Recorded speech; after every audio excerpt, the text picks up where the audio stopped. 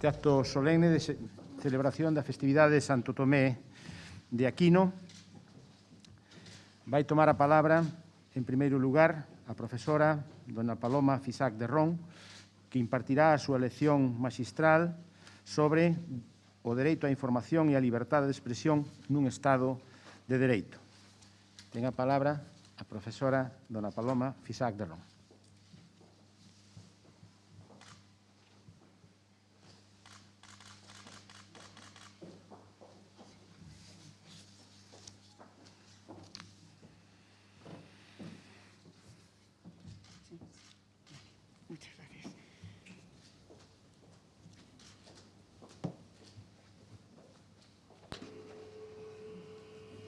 Magnífico señor rector, señores vicerrectores, autoridades académicas, doctores, profesores, familiares y especialmente mi madre, mi marido y uno de mis hijos, hoy aquí presentes. Me dispongo a leer la lección magistral del curso 2021-2022 con ocasión del santo patrón Tomás de Aquino. Lo hago no por méritos especiales, sino por haber conseguido llegar a ser una de las más antiguas del cuerpo de titulares de universidad en el campus de Lugo. La más antigua, pero no la que menos pasión tiene por su trabajo, pese a los años transcurridos. Lo que empezó siendo un aprovechamiento de tiempo para dilucidar las oposiciones que quería preparar, se convirtió en una vocación y el destino que consciente y deliberadamente he querido darle a mi profesión. La vocación a la que hemos sido llamados hace de nuestra vida profesional un regalo. Estoy en la universidad como docente desde que obtuve una beca para dar mis primeras clases en quinto de carrera.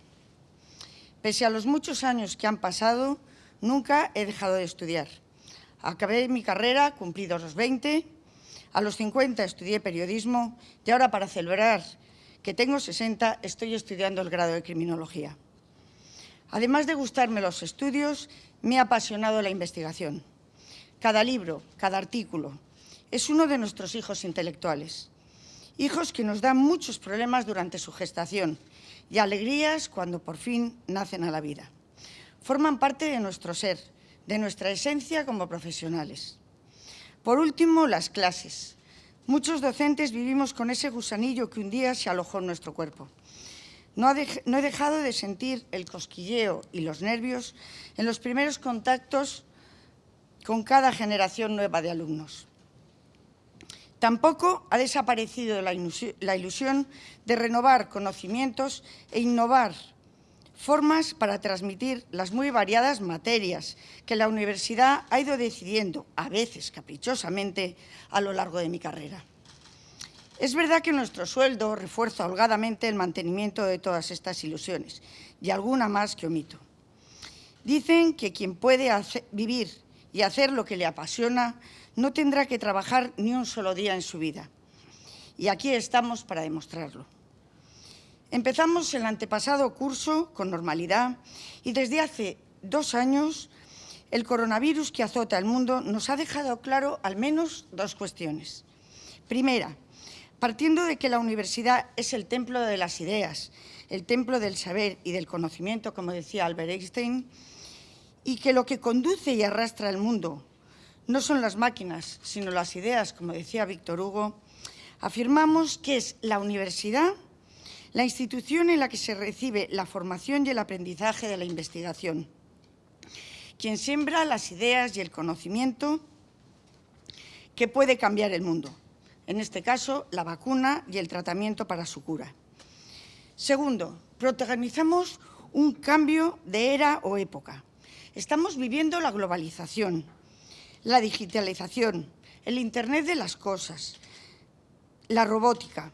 Los cambios sociales, políticos, económicos y otros hacen imposible una previsión de futuro, ni siquiera del más inmediato. Y mientras se acentúan los problemas que arrastramos del siglo XX, fanatismos, nacionalismos excluyentes, terrorismo, refugiados, contaminación, falta de acceso al agua potable, hambre, desigualdad. Las viejas instituciones tendrán que renovarse o sucumbirán. La universidad tiene un reto importantísimo ante sí y deberá responder a los nuevos desafíos que le demanda la sociedad. Si no lo hiciera, desaparecerá, sabiendo que es la educación el arma más poderosa que puedes usar para cambiar el mundo, tal y como señalaba Nelson Mandela, y que necesitamos universidades que formen ciudadanos y no súbditos, como apuntaba Mayor Zaragoza. Y no es la universidad la que tiene que ofrecer lo que la sociedad le pide, sino lo que la sociedad necesita, como señalaba Dijkstra.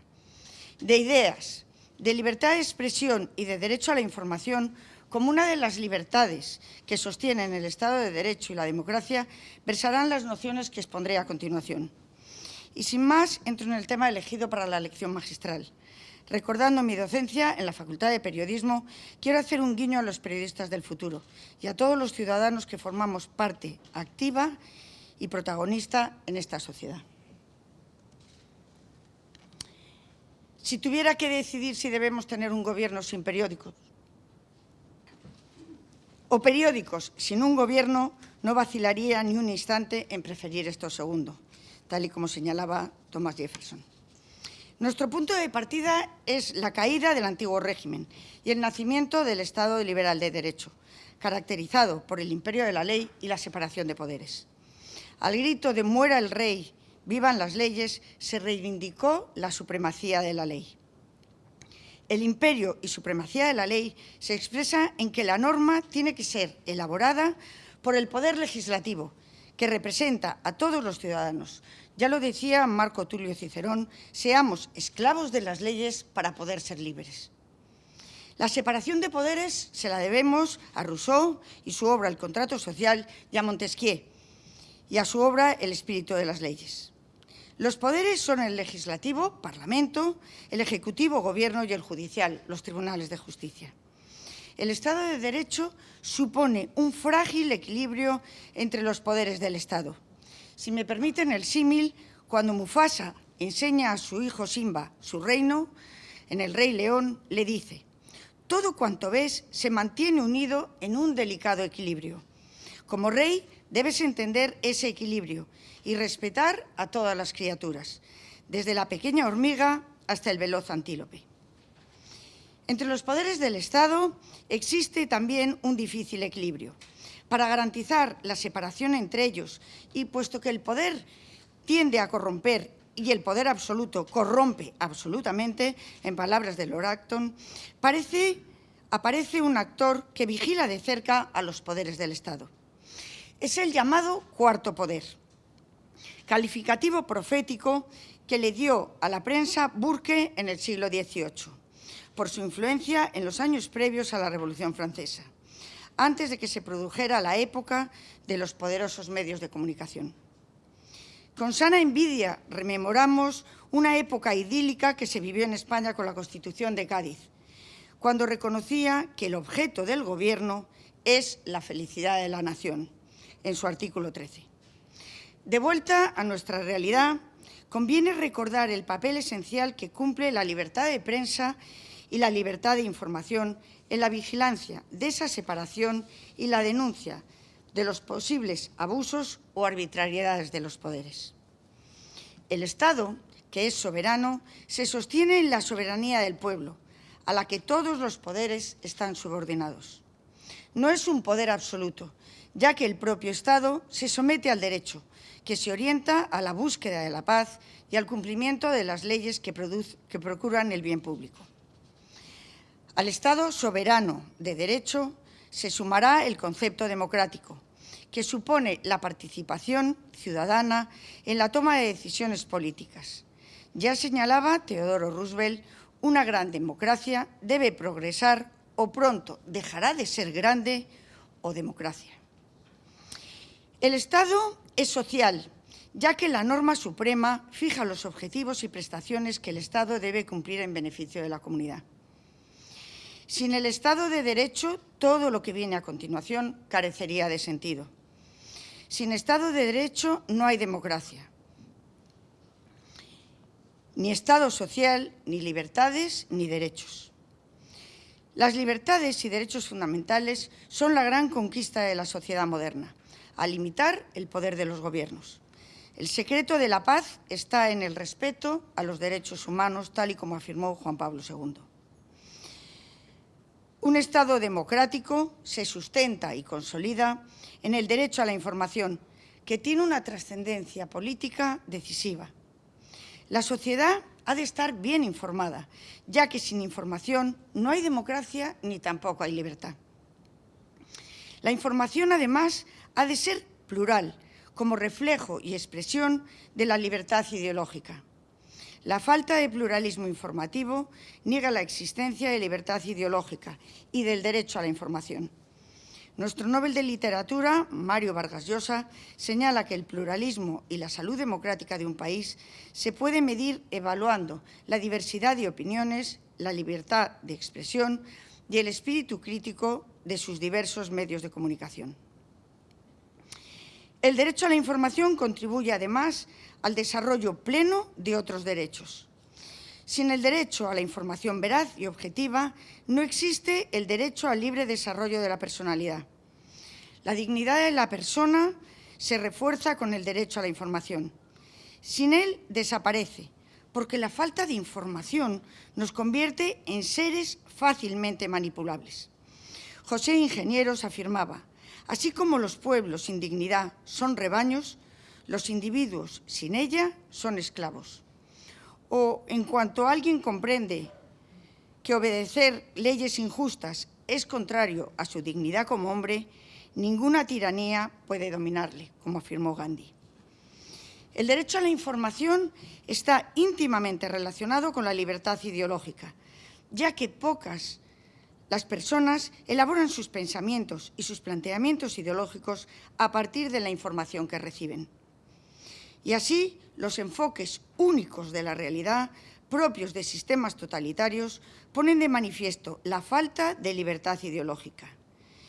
Ya sabemos que si todos piensan igual, ninguno piensa. O cuando hay mucha gente que piensa lo mismo, hay muy poca gente pensando. El derecho de sufragio es la expresión del derecho a participar en política, la libre expresión del pueblo, la manifestación del pensamiento, de sus ideas políticas y de la elección de los gobernantes. Para el ejercicio del derecho al voto, la verdad informativa es imprescindible. Los medios de comunicación se convierten en el soporte de los ciudadanos al ofrecer información veraz y las ideas y opiniones plurales de la sociedad en la que viven. Solo cuando se recibe la verdad de los hechos se puede actuar con libertad y, por tanto, emitir un voto. La información es también imprescindible para la libertad de expresión. Solo con información podremos formar un criterio propio y un juicio crítico. El juicio crítico es el punto de partida para elaborar internamente una opinión o una valoración sobre los hechos. La libertad de expresión ampara la manifestación y difusión de pensamientos, ideas y opiniones, pensamientos, críticas, convicciones, sentimientos y emociones. Se trata de la emisión de juicios y evaluaciones o valores personales. También está relacionado o unida con la libertad ideológica y el derecho a la educación. La libertad de información alude a la narración de hechos o sucesos acontecidos que permitirán la comprobación de la veracidad de la información, de lo informado. La libertad de información se distingue por su trascendencia pública y la libertad de expresión tiene la virtualidad de convertirse en opinión pública. Todos los derechos fundamentales tienen límites. El derecho a la información tiene como límites el honor, la intimidad y la propia imagen. También está protegida la información sobre menores de edad, datos personales y secretos de Estado. Respecto a la libertad de expresión, nuestros tribunales reiteran que no existe el derecho al insulto. El insulto expresa o representa el límite de la libertad ideológica, que no admite albergar ideas intolerantes e irrespetuosas contra la libertad de los demás. La censura previa nunca podrá admitirse como un límite, ni de la información ni de la opinión. La Constitución española de 1978 la prohíbe expresamente. Ningún gobierno podrá decir qué es lo que se puede y qué no se puede emitir, publicar o difundir. No puede admitirse un ministerio de la verdad.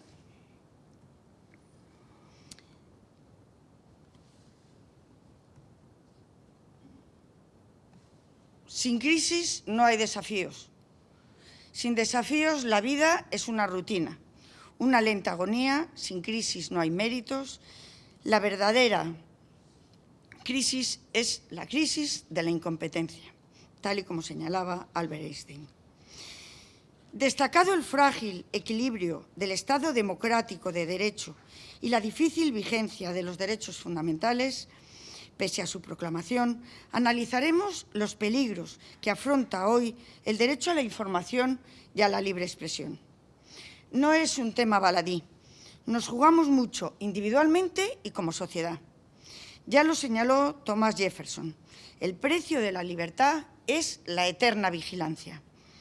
La comunicación de masas ha sido un elemento esencial en los sistemas democráticos.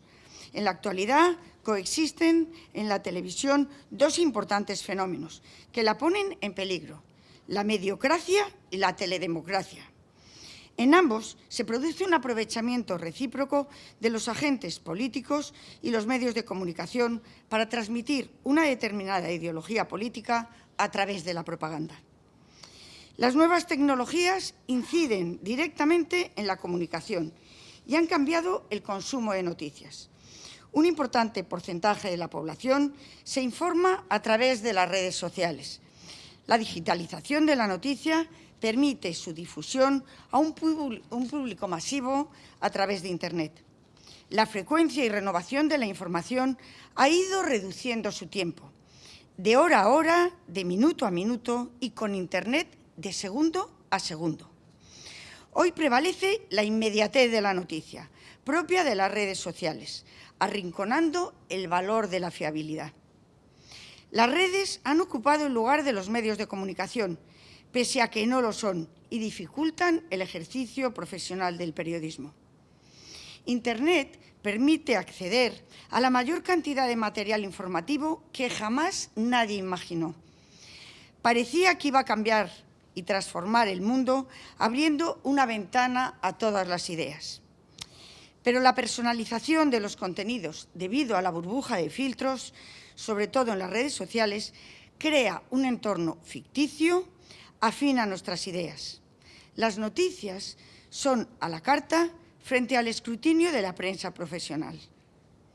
Los filtros provocan la radicalización de las ideas en las redes sociales, ya que las opiniones se extreman y se acentúan. Las diferencias de los usuarios se llevan al límite, propiciando la polarización. El discrepante es tachado de tibio. No se deja espacio a los matices, que tan importantes son. El derecho a la información y la democracia están en riesgo con las redes sociales. Hay que corregir el rumbo, reivindicando espacios de pensamiento, sabiendo que la humanidad solo es libre si está bien informada. La libertad requiere más orden que la tiranía. Los tres peligros que atenazan el horizonte son la propaganda, la desinformación, las mentiras, bulos y patrañas y la posverdad. La propaganda y la desinformación. La propaganda es manipulación y tergiversación. Elimina los hechos, pero mantiene los conceptos que conforman una determinada ideología. Su finalidad es influir sobre las actitudes emocionales de otros, sobre sus ideas, juicios y acciones. Los populismos que asolan el mundo y se extienden como una mancha de aceite se basan única y exclusivamente en la propaganda de cualquier signo, constituyendo otro de los grandes retos de la sociedad actual. Ya lo decía Goebbels, uno de sus insignes maestros: más vale una mentira que no pueda ser desmentida que una verdad inverosímil. Una mentira repetida 1000 veces se convierte en una verdad. Miente, miente, que algo quedará. Cuanto más grande sea una mentira, más gente la creerá. La protección constitucional del derecho a la información no ampara la desinformación, ni la manipulación informativa, ni las noticias deformadas, ni las opiniones tergiversadas. El segundo problema, las noticias falsas o la desinformación. Las mentiras, los bulos, las patrañas o las noticias falsas, o como se les denomina ahora, fake o deep news, han existido siempre. La novedad es que las redes sociales las propagan de forma exponencial, haciendo más difícil y complicada la verificación de la información. Es un fenómeno a escala mundial y no hay ámbito de información que se libre de ellas.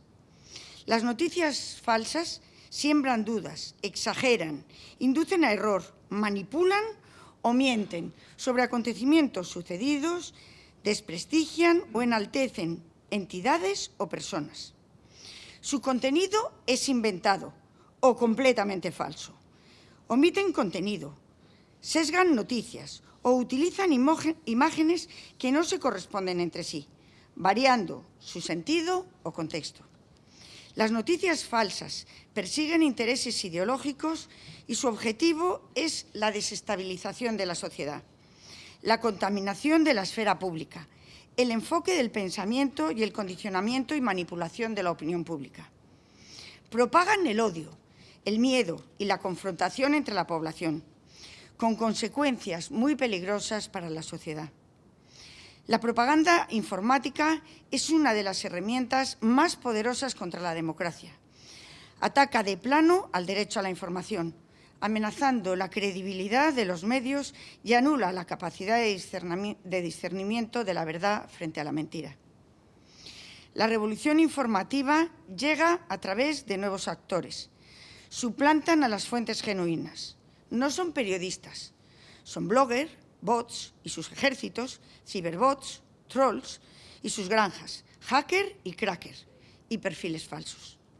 Los ciudadanos nos hemos convertido en datos para miles de algoritmos y con ellos no solo hacen negocio las empresas, sino que dificultan hasta el extremo las dudas sobre los bulos diseñados a propósito y de forma especial si se han hecho virales.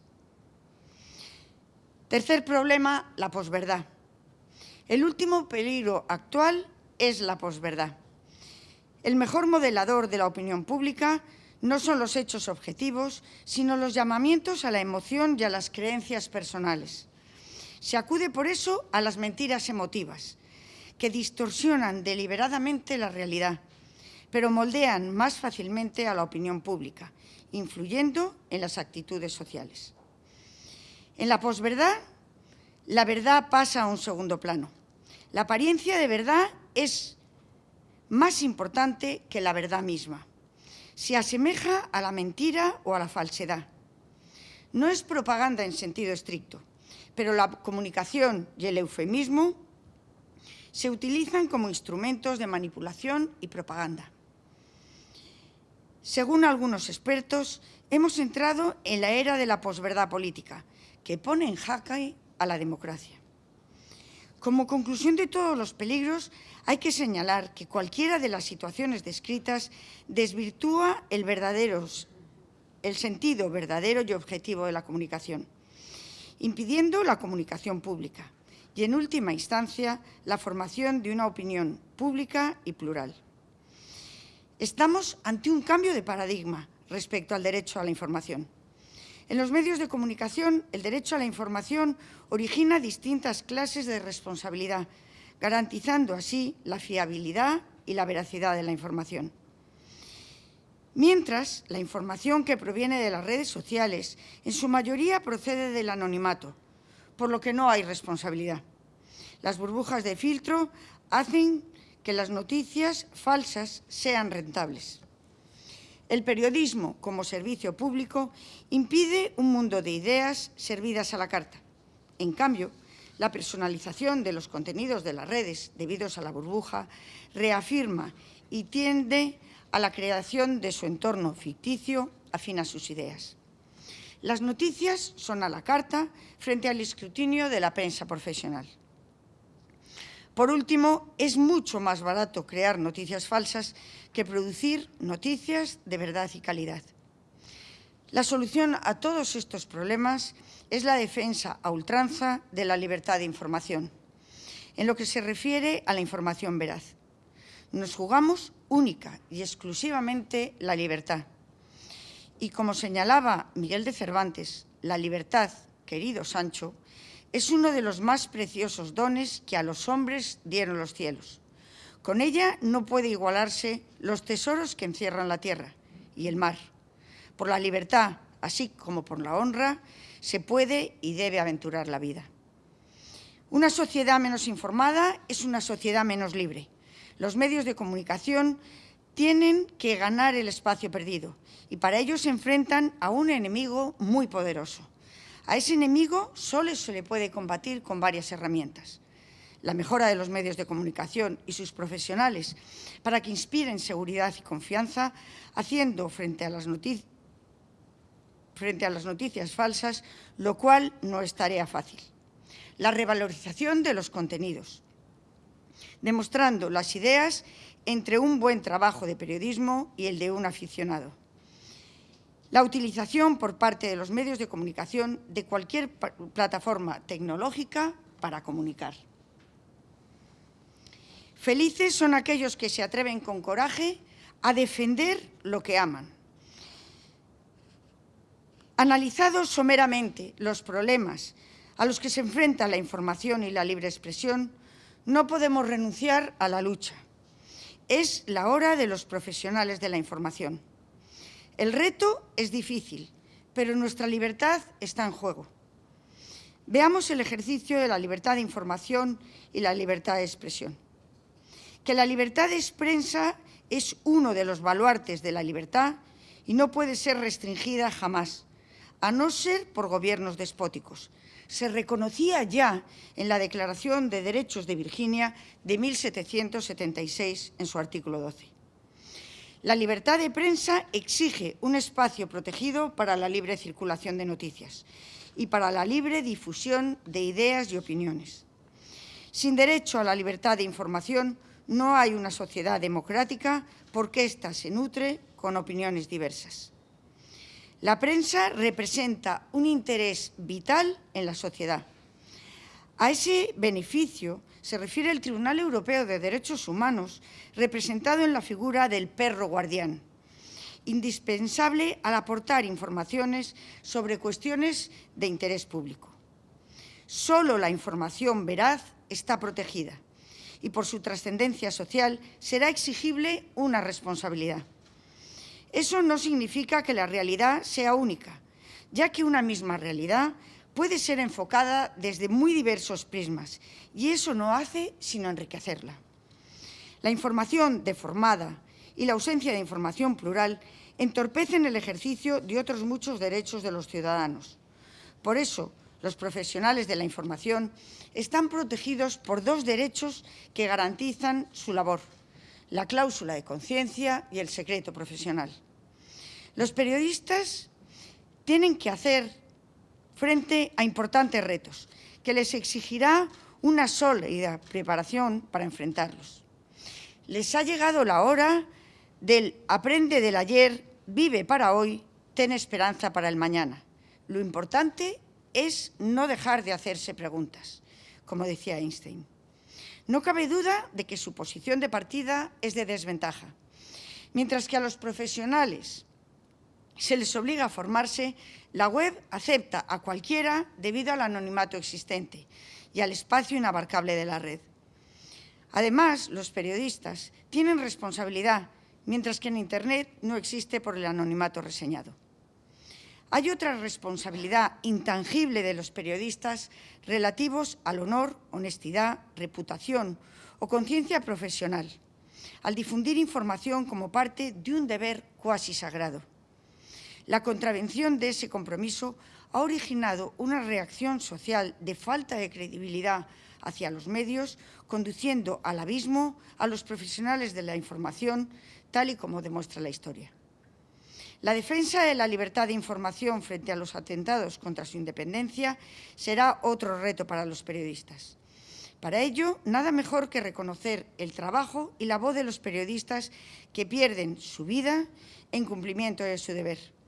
luchando contra la censura provocada por los excesos de los poderes públicos y garantizando la seguridad del periodismo en Internet y fuera de la red. Su formación exigirá colmar los retos de la educación y la innovación. A la hora de informar se les exigirá coraje, rigor y ecuanimidad. Deben guiarse por el espíritu crítico, que debiera estar presente en toda persona y de forma especial en el ejercicio profesional del periodista. Si el espíritu crítico ayuda al hombre a ser libre, el periodista está llamado doblemente a permanecer fiel a su espíritu crítico, como hombre y como profesional. Los periodistas perseverantes en su papel vigilante de los medios públicos y fácticos del Estado deben luchar por la libertad de opinión. El periodista no solo difunde información veraz, también comenta, enjuicia las noticias, los sucesos y cualquier otro dato, lo que constituye el contenido de la libertad de expresión. No estoy de acuerdo con lo que dices, pero defenderé con mi vida tu derecho a expresarlo, como señalaba Voltaire. Lo hacen como colectivo, especialmente comprometido con la libertad de expresión y también al margen de sus diferencias ideológicas, para combatir las tentativas de implantar de una forma más o menos soterrada el delito de opinión, que es la censura más peligrosa. No debe temer la disparidad de criterios, ya que la libertad de expresión beneficia al periodista como la pluralidad informativa beneficia al ciudadano. El periodista debe tener especial cuidado con la descalificación, tan habitual en la sociedad española. Colectivamente lesiona su honor y su trabajo profesional, incapacitándolo como profesional y desprestigiándole como persona. El reto a la dignidad y la evitación de la intolerancia son el fundamento de una sociedad democrática y pluralista. Y en tal sentido deben rechazarse los tan habituales discursos del odio y los discursos fóbicos. El discurso del odio restringe la libertad de expresión, permitiendo solo un tipo concreto de mensajes, lo que favorece la arbitrariedad de quien decide qué contenidos son legítimos y cuáles no. Además, apela a la violencia y a la destrucción del propio sistema democrático, con independencia de su fin. Discriminatorio frente a colectivos por sus condiciones étnicas, religiosas, políticas, culturales o sexuales. El discurso fóbico fomenta el rechazo y la exclusión de la vida política o la eliminación física de quienes no comparten el ideario de los intolerantes. El Tribunal Constitucional ha declarado reiteradamente que no cabe imponer un modelo de democracia militante. La libertad de expresión tiene también una dimensión institucional por la existencia de una opinión pública libre, clave de una sociedad democrática. A la hora de defender una opinión o una valoración sobre hechos o actuaciones, el periodista no debe dejar de lado la pasión y el entusiasmo. Debe estar comprometido con ella, al ser uno de los baluartes de su trabajo. La sociedad civil en general o los ciudadanos tenemos nuestro papel, no solo de oyentes, como decimos en la universidad, sino como partícipes y protagonistas en la sociedad que nos ha tocado vivir. La mayoría social se enfrenta a la incapacidad de distinguir entre lo que es información y lo que no lo es, haciendo imposible el discernimiento entre la realidad y la ficción, la noticia verdadera y la noticia falsa. La capacidad de influencia de las plataformas digitales plantea muchos interrogantes sobre las noticias, su forma de aparición, características, fuentes. El desafío que tenemos es multidisciplinar. Afecta al derecho, al periodismo, a la ingeniería informática. Exige redefinir los parámetros sin restringir el pluralismo. El derecho a la información y la libertad de expresión están en nuestras manos. Por su trascendencia, no debemos permitir que nadie nos prive de una y de otra. Y concluyo.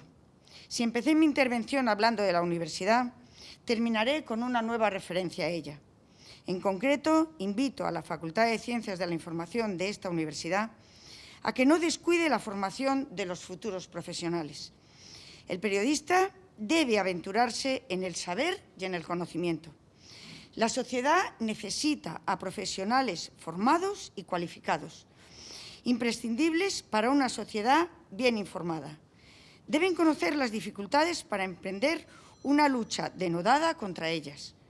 El espíritu crítico le permitirá promover información independiente, imprescindible para que la sociedad a la que sirve disfrute de otros derechos fundamentales que se sitúan en su órbita. Solo así los periodistas contribuirán a la libertad ideológica y al pluralismo informativo. Por último, no deben renunciar al libre pensamiento y al libre discurso. Deben recuperar la libertad de plantear ideas al margen de su corrección política, que lo único que hace es cercenar su libertad ideológica, siendo conscientes de su deber cuasi sagrado y la importante función que cumplen en un Estado de Derecho. Muchas gracias.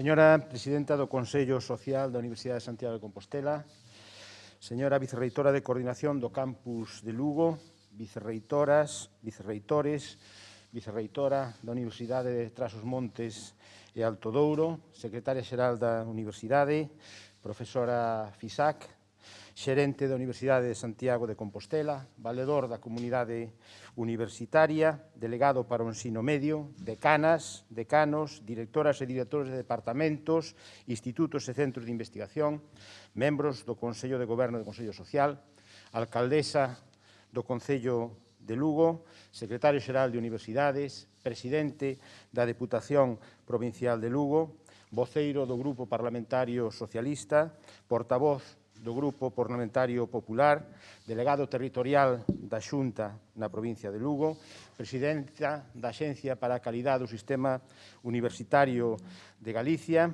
autoridades civís e militares, membros das forzas e corpos de seguridade, profesorado, persoal da Administración e Servicios, estudantes, donas e señoras. Grazas a todos por acompañarnos neste acto solemne de celebración da festividade de Santo Tomé de Aquino.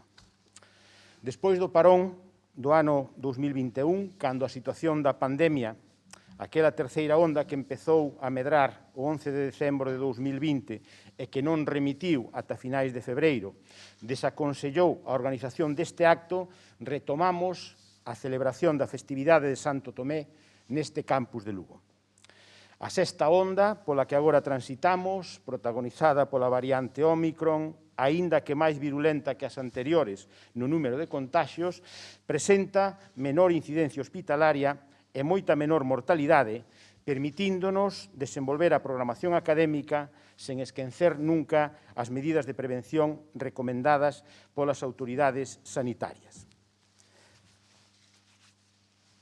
Vimos de rematar o período de exames en réxime de presencialidade, pero garantindo con gran esforzo de toda a comunidade universitaria a efectividade do dereito a unha avaliación adecuada e equitativa para todo o estudantado que se viu afectado pola COVID-19.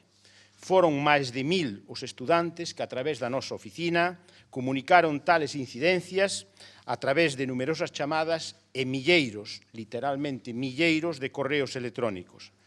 Partindo desta constancia inicial, contactouse cos delegados COVID de cada centro, que, en a súa vez, comunicaron esas incidencias aos e ás docentes responsables para que se puxeran en marcha as medidas e medios que permitiron esa avaliación alternativa, de xeito que o estudantado afectado non sufrise menoscabo no dereito á avaliación por esta circunstancia sobrevida.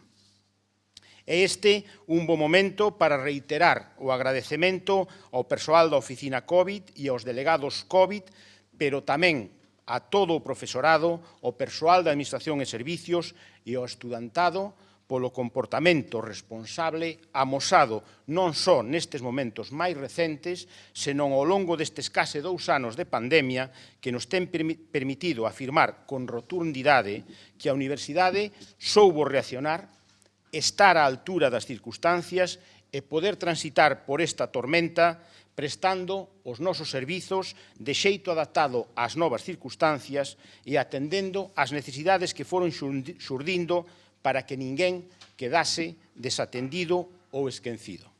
Grazas a todos. Moitas grazas. E aquí estamos hoxe en Lugo, na Facultade de Administración e Dirección de Empresas, para retomar a festa do patrón Tomé de Aquino, recuperando a orde rotatoria que a convertía en anfitrioa desta celebración en 2021. Non puido ser en 2021, pero sí o é neste 2022.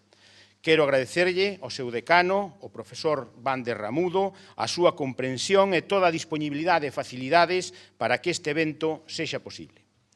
Tamén todos lle agradecemos a profesora Fisac o doble traballo que supón a preparación da lección que forma parte especial desta festividade e as reflexións atinadas sobre un dereito á información e á liberdade de expresión que ten cada día novos retos para seguir manténdose.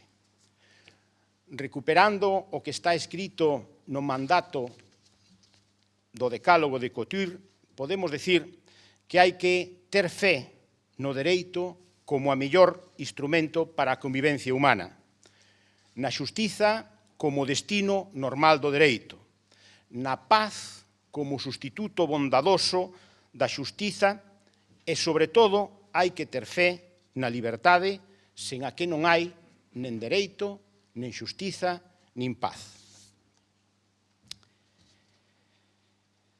Cando non sabemos a que porto nos diriximos, todos os ventos son desfavorables. Esta frase de Lucio Anneo Séneca, o xove, o filósofo, político e orador nado en Córdoba o 4 a.C., tantas veces citada, ten máis valor que nunca en momentos como os que vimos atravesando.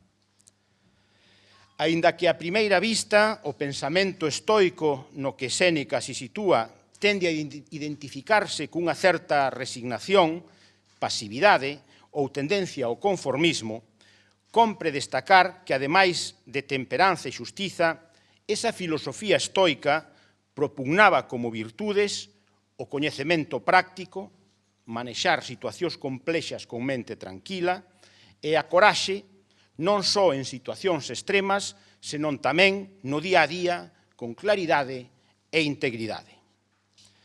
Sempre, pero especialmente en situacións difíciles como as que vimos de atravesar e polas que aínda estamos a transitar, é máis importante que nunca ter claro o porto ao que queremos chegar, trazar un rumbo certo e non perdelo, aínda que en momentos puntuais teñamos que capear o temporal. Coincide tamén este momento co remate dun mandato reitoral e o conseguinte inicio dunha nova etapa de 4 anos. Permítanme, xa que logo, que comparta con vostedes a universidade que imaginamos e cales son, logo da sabeduría que achega a experiencia adquirida, os mares que transitaremos e o rumbo que traballaremos para facela posible. Ao longo destes últimos 4 anos, a USC ten definido, elaborando diversos plans e follas de ruta, cales son os seus obxectivos e cal o rumbo para acadalos. Tiñamos e temos claro que un dos principais problemas que está a afrontar a nosa universidade é o imprescindible relevo xeracional, tanto no que se refire ao persoal docente e investigador como ao persoal de Administración e Servicios. Abonda lembrar que nestes últimos 4 anos se produciron 227 baixas de profesorado, principalmente por xubilación. Para asegurar ese necesario relevo, o 29 de marzo de 2019, o Consello de Goberno aprobou o Plan Plurianual de Profesorado, no que se definían as liñas mestras para ser desenvoltas no período 2019-2022. En execución dese plan, e tendo en conta a planificación aprobada no Consello de Goberno do día de onte para este ano 2022, dotáronse as seguintes prazas de profesorado. 205 novas prazas de axudante doutor como aposta principal para o inicio da carreira académica, repartíndose 108 para a área de Ciencias Sociais e Xurídicas, 34 para Ciencias da Saúde, 22 para Ciencias, 21 para Enxeñerías e 20 para Artes e Humanidades. E tamén 57 desas 205 prazas, un 27%, foron asignadas a este campus de Lugo. Esa vía completouse coa incorporación de 44 docentes a través dos distintos programas de recursos humanos. Para a estabilización de profesorado, creáronse 53 prazas para a estabilización dos axudantes doutores que había no momento da aprobación do plan, 20 para a estabilización de profesorado interino por vacante e 44 para a estabilización de persoal investigador Ramón y Cajal. Dotáronse tamén 130 plazas de titular para a promoción de contratados doutores e 132 prazas de catedrático de universidade para a promoción de titulares a catedráticos de universidade. Polo que, cando se execute esta última convocatoria, quedarán pendentes de promoción os acreditados con posterioridade a xaneiro de 2019. Habería que engadir a estes números outras 24 prazas vinculadas de profesorado permanente nas áreas de Ciencias da Saúde. O dito para o PDI serve tamén para o persoal de Administración e Servicios. Neste caso, unha revisión profunda na nosa relación de postos de traballo que afectou a boa parte dos servicios fundamentais, complementouse coa convocatoria de 123 prazas, tanto pola vía de acceso libre como de promoción interna. Cando se materialicen as actuacións previstas e aprobadas para este ano, poderemos dicir que o plan foi plenamente executado según as súas previsións. Pero non cabe dúbida de que esa actuación ten que continuar no tempo, polo que será necesario aprobar de xeito inmediato unha nova planificación para seguir navegando cara a ese relevo xeracional coa vista posta no medio e longo prazo, xa que os desafíos aos que a nosa universidade terá que facer fronte no futuro requiren novas perspectivas, ideas e renovados azos. As infraestruturas constituían outro dos retos da universidade logo dun decenio de crise financeira que afectou con especial intensidade, como é un patrón reiterado en períodos de vacas fracas, os investimentos. A universidade, a través dos acordos dos seus órganos de representación e de goberno, no claustro do 28 de novembro de 2019 e no Consello de Goberno do 20 de decembro de 2019, conta cun ambicioso plan de infraestruturas que ronda no seu conxunto os 80 millóns de euros. Non se trata de incrementar os metros construídos porque non é necesario nin a curto nin a medio prazo, senón de buscar o uso máis eficiente da superficie construída, optimizar o consumo enerxético e reducir os gastos correntes. A aprobación dun plan de investimentos por parte do Real Patronato de Santiago celebrado o 25 de xullo deste ano pasado, de 280 millóns de euros ata 2032, e no que se contemplan obras de rehabilitación de edificios emblemáticos, ademais de intervencións no Campus Sur, contribúe notablemente á viabilidade do conxunto do plan, no que destaca como prioritario o proxecto de Cidade da Saúde, que albergará as facultades de farmacia e enfermería, ademais de outras dotacións para investigación. Neste campus de Lugo está prevista como actuación de máis calado o traslado da Facultade de Formación do Profesorado desde as súas actuais instalacións na avenida Ramón Ferreiro a este campus no que nos atopamos, aproveitando espazos dispoñibles no complexo docente que alberga as facultades de Humanidades, Relacións Laborais e Enfermería, pero que requirirá tamén a construción de novas dotacións e equipamentos acordes coas necesidades dunha facultade como a de formación do profesorado que precisa dispoñer e incorporar todas as innovacións para seguir formando as mestras e mestres do futuro. Para esta actuación, contamos coa colaboración e aportación financeira da Consellería de Cultura, Educación e Universidades e, unha vez máis, co apoio da Deputación Provincial, imprescindible para poder dispoñer dos terreos para as novas instalacións. Foi tamén necesario trazar xa dende 2018 unha nova folla de ruta no que ten que ver coa xestión dos recursos financeiros e na que cabe salientar varios fitos. Por unha banda, acordouse co beneplácito da Xunta de Galicia e contando co acordo das entidades acreedoras un novo plan de amortización da débeda que permitiu aplanar a senda de amortización ata o ano 2028, compatibilizando esta amortización e sen estrangular as posibilidades de atender o resto de necesidades. Deste xeito, ademais de financiar outros investimentos, fomos quen de deixar reducida a débeda da Universidade a 17 millóns de euros a 31 de decembro de 2021, fronte aos 30,7 millóns a que ascendía fai 4 anos.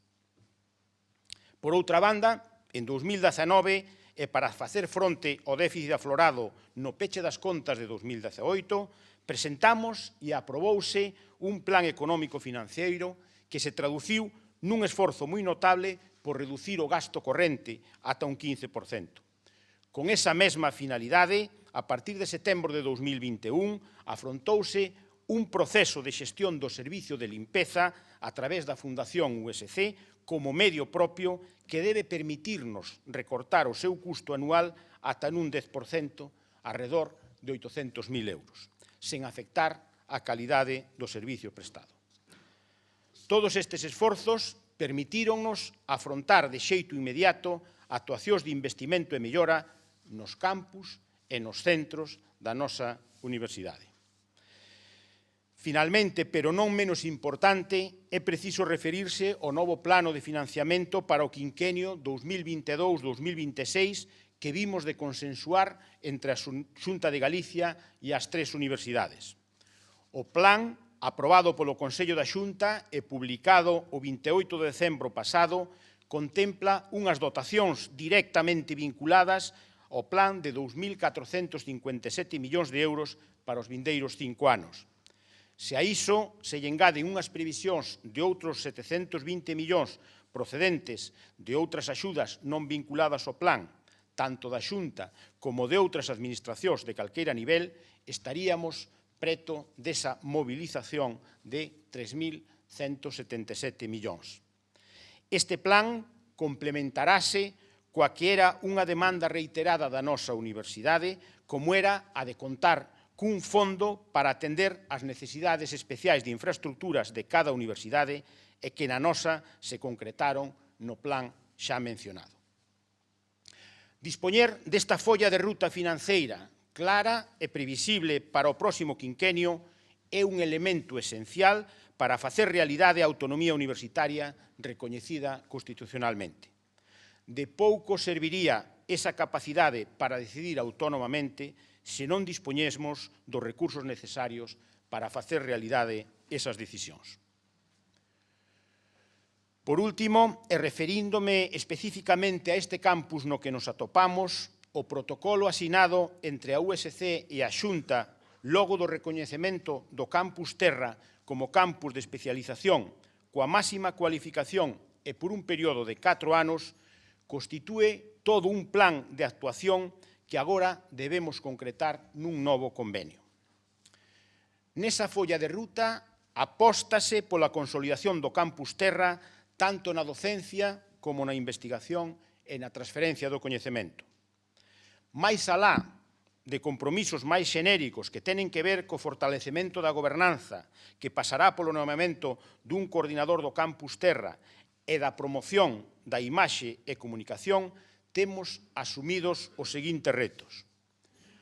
Incremento do número de estudantes nun 10% no prazo de 2 anos nas titulacións da especialización. Aumento das teses defendidas no campus nun 15%. Aposta por impulsar os contratos predoutorais nun 100% e postdoutorais nun 80%, conscientes de que deben ser o paso inicial para ese relevo xeracional do que falamos no que atinxe especificamente a este campus. Afianzamento das estruturas e grupos de investigación, reducindo a atomización dos grupos, especialmente daqueles que non conten con persoal predoc ou postdoc, e buscando a fórmula para converter a agrupación Biorredes nun axente activo no campus. E tamén mellora dos resultados da produción científica, incrementando as publicacións en revistas indexadas nun 5% en 2 anos e un 10% en 4 anos. Como se pode ver, os obxectivos son ambiciosos e requiren o compromiso decidido de todos para a súa consecución. Dende o punto de vista financeiro, para a súa consecución imos contar, ademais de cos recursos propios da USC, cunha dotación de aproximadamente 4 millóns, a razón de 1 millón por ano, no marco deste programa de campus de especialización, no que constitúe, sen dúbida, unha grande oportunidade de futuro para este campus. E aínda que non se tiveron formalizado plans como tal, a Universidade veu seguindo nestes anos unhas liñas claras tanto no ámbito da oferta docente como no da investigación e a transferencia. A implantación de novas titulacións, cunha incidencia moi especial no campus de Lugo, permitiunos un cambio de tendencia do alumnado de primeira matrícula, pasando de 4.173 en 2018 a 4.637 neste curso no que andamos, o que representa un aumento do 11% de carácter xeral para a universidade, pero de máis dun 38% nos datos deste campus de Lugo.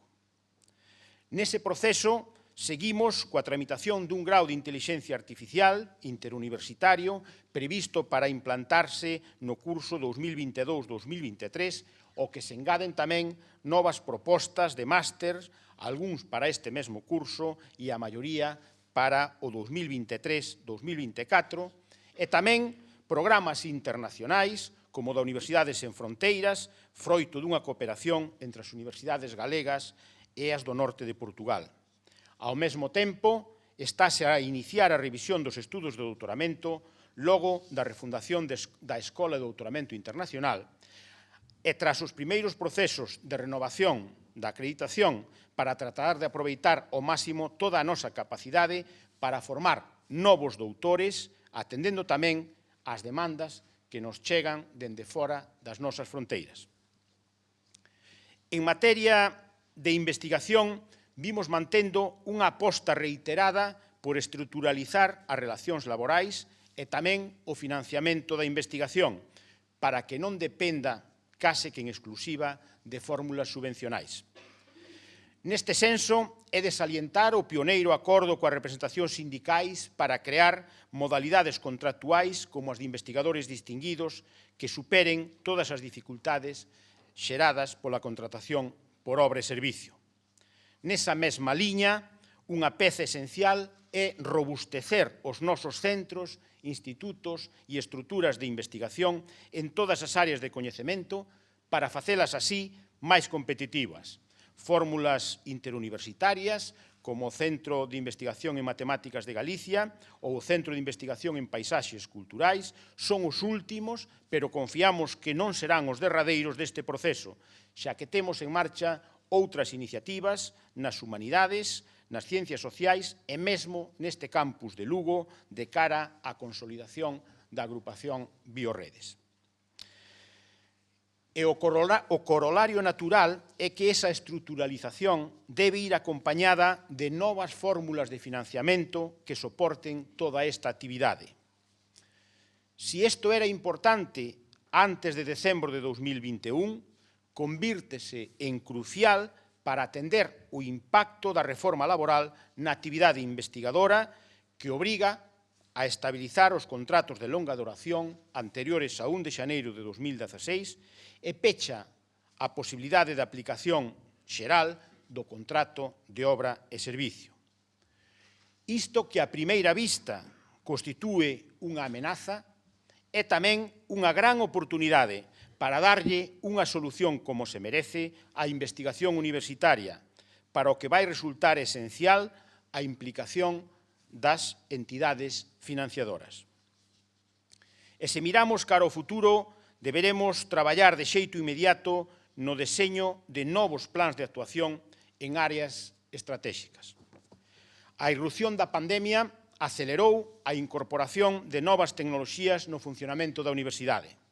Tivo quizáis unha repercusión máis inmediata e evidente no ámbito da docencia. Movidos pola necesidade e contando coa facilidade das novas ferramentas, fomos quen de incorporala nas nosas tarefas ordinarias. Temos que aproveitar o momento para planificar toda a transformación que a digitalización pode aportar na docencia, pero tamén no funcionamento administrativo. As ferramentas tecnolóxicas deben simplificar os procedementos e o seu diseño debe ser enfocado ao usuario, facilitando a súa tramitación. E a diferencia do que ocorreu coa digitalización, a pandemia freou e mesmo fixo retroceder a conexión internacional da universidade, moi particularmente no que se refire á captación e mobilización do estudantado. Polo tanto, debemos reformular un plan de internacionalización centrado nos intereses de captación de alumnado, particularmente de máster e doutoramento, en fortalecer as relacións de colaboración da universidade no exterior, tendo en conta este novo escenario despois da pandemia e as súas proxeccións a medio prazo. Para isto, resulta de interese a participación en alianzas estratégicas universitarias dentro e fora de Europa e compre priorizar as accións orientadas á comunidade latinoamericana e os espazos da lusofonía. As ferramentas informáticas son tamén unha peza moi importante neste proceso, pero teremos que orientar a oferta, os contidos, a programación e mesmo os procedementos se queremos ter éxito na empresa. Moi conscientes de que todos estamos na mesma nave, sabemos o porto ao que queremos chegar, temos claro o rumbo e iso permitirános sortear as dificultades e aproveitar os ventos que sexan favorables, sabendo que non sempre sopran de popa, senón que ás veces veñen de través e mesmo obrigan a cinguir, pero con boa man tamén estes nos levan ao destino.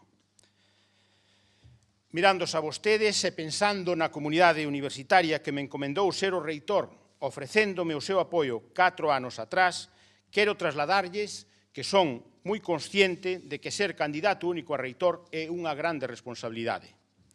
Debo ser quen de xerar ilusión nesta etapa que pronto comenzará. E non esquivarei esta responsabilidade. Construirei unha estrutura de goberno acorde aos desafíos que nos presentan, áxil, con capacidade operativa para tomas de decisións e integrando persoas que ven continuando, ven debutando nas responsabilidades de goberno, están preparadas para responder á chamada da institución. Son consciente dos acertos e dos erros cometidos durante estes 4 anos e destes últimos teño aprendido que non hai mal maior ca inacción. Por iso, teñan por seguro que a USC continuará avanzando co obxectivo de manterse á vanguarda, que o campus de Lugo estará á altura do que a cidade e a provincia precisan del e cunha vicerreitoría e cunha delegación para o campus Terra e o apoio especial das institucións que sempre sentimos, lograrémolo. O mesmo Séneca, a quen xa nos referimos, deixounos dito que o único obstáculo da vida é a espera do mañá e a perda do día de hoxe. Con ese obxectivo, estamos a traballar para que hoxe sexa o primeiro día dese mañá para o que todos desexamos unha universidade mellor. Dixen.